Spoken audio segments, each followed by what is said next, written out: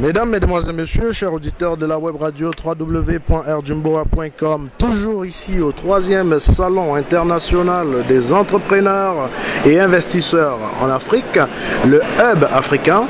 Nous allons à la rencontre de Monsieur Papa Landi Man, qui est le directeur exécutif de LQT Consulting. Bonjour Monsieur Papa Landi Maman. Bonjour chers auditeurs. Oui, je veux aussi préciser que non seulement je suis le directeur exécutif de LQT Consulting, mais aussi je suis le président du Centre des jeunes dirigeants d'entreprise du Sénégal.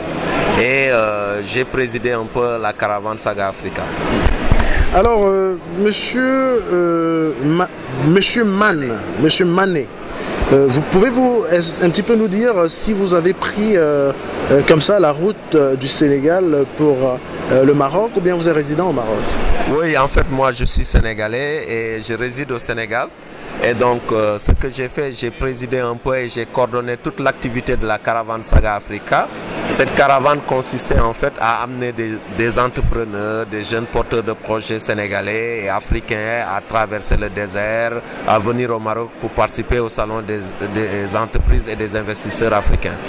Quel a été votre moyen de locomotion? La route? Oui, nous sommes venus par la route et par bus. Donc, c'est un bus qui a été affrété par l'ONCF de par sa filiale Supratour, qui est venu sur Dakar et qui a amené des entrepreneurs, des porteurs de projets africains au niveau du hub. Alors, vous êtes sénégalais, vous êtes arrivé ici pour ce grand hub africain par le biais des bus de la ONCF. Et pouvez-vous nous dire exactement ce que vous avez réussi jusque-là à proposer dans ce grand salon hub africain? Oui, en fait, nous, ce qu'il faut comprendre, notre caravane en fait propose quelque chose de fondamental. On parle de hub, c'est un lieu de rencontre. Donc la caravane montre que depuis longtemps, au niveau de l'Afrique, il y a eu plusieurs caravanes qui se sont formées. Et ces caravanes, ce sont des caravanes d'entrepreneurs. Donc, on est venu en tant qu'entrepreneur pour montrer qu'on peut partager beaucoup de choses en cours de route. Et on vient ici pour partager notre expérience d'entrepreneur et aussi apprendre avec ce que les autres font de bien. Alors, votre caravane était constituée de combien de personnes et combien de types de métiers ont pu être présentes ici par le biais de votre la caravane était composée de 50 personnes, dont 9 nationalités. Donc, c'est des nationalités. Il y avait des Guinéens, des Maliens, des Sénégalais, des Mauritaniens, des Togolais, des Nigériens, Marocains et une Française. Donc, et même des Camerounais. Donc c'est une caravane vraiment qui montre un peu que le hub, c'est pas uniquement une histoire du Maroc et du Sénégal ou de la Mauritanie, mais c'est une histoire de l'Afrique. Donc on a voulu montrer que les Africains pouvaient être là. Et au niveau de cette caravane, on a eu une multitude d'entreprises.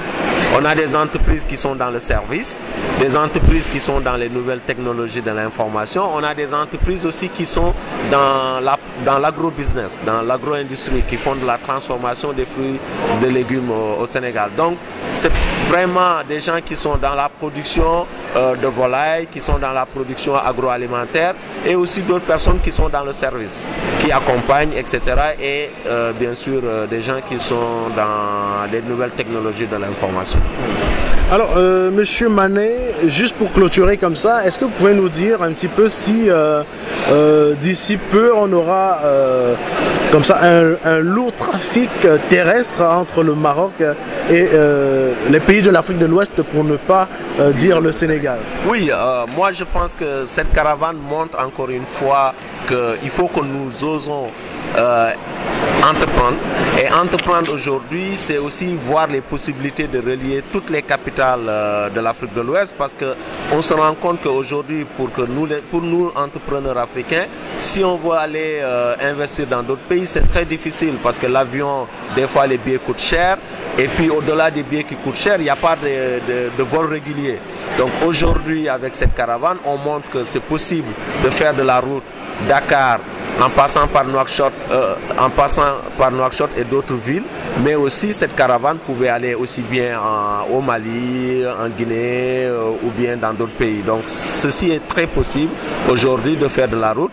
Et d'ailleurs, c'est l'occasion aussi de lancer un message très fort aux autorités de nos pays à investir au niveau des infrastructures routières pour que aussi les Africains et les entrepreneurs puissent se mobiliser, qu'il y ait des moyens de mobilité par la route.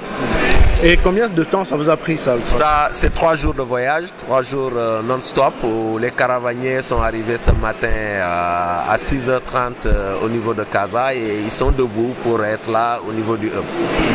Alors merci Monsieur Mané d'avoir répondu aux questions de la web radio www.eldubois.com. Est-ce que vous la connaissez cette radio avant?